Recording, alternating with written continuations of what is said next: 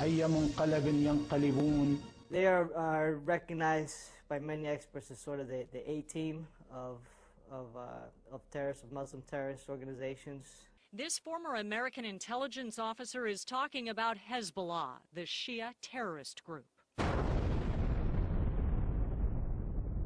They certainly had their successes of big ticket bombings, including the U.S. Embassy in Beirut and the Israeli Embassy in Argentina.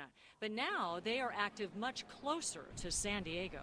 We're looking at least 15 to 20 years that Hezbollah has been setting up shop in Mexico. But since 9/11, U.S. policy is focused on another terrorist group, Al-Qaida, and its offshoots. They're more shooters than they are thinkers. It's a lot of muscles and a lot of muscle and courage and desire, but not a lot of training. Hezbollah, he says, is far more advanced. Their operators are more akin to the foreign intelligence officers, like the Russians or the Chinese or the Cubans. I consider Hezbollah much more dangerous in that sense, because I think the more strategic thinking, they're thinking more long-term. Hezbollah has operated in South America for decades, then Central America, along with their sometime rival, sometime ally, Hamas, and now blending into Shia Muslim communities in Mexico, including Tijuana.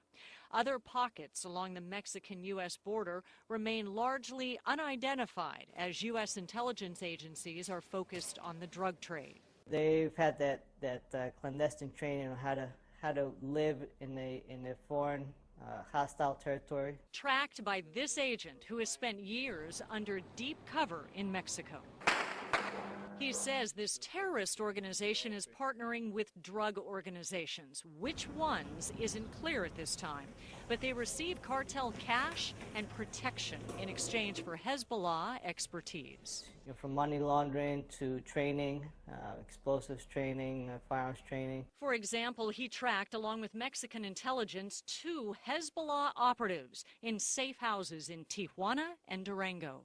Confirmed participation of narcos, of cartel members that were coming and going from the house, as well as other Hezbollah individuals that were living there and operating out of there. Then there are the tunnels the cartels have built from here in Mexico crossing into the United States.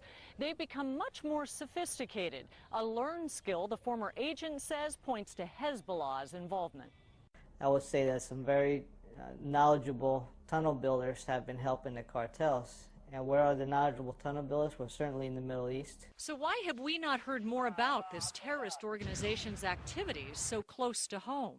If they really wanted to start blowing stuff up, they could do it. The organization sees the U.S. as its cash cow with illegal drug and immigration operations, and many senior Hezbollah leaders are wealthy businessmen. The money that they're sending back to Lebanon is too important right now to jeopardize those operations. He says the real concern is their long-term goal, radicalizing Muslim communities. They're focusing on developing, on infiltrating communities within North America,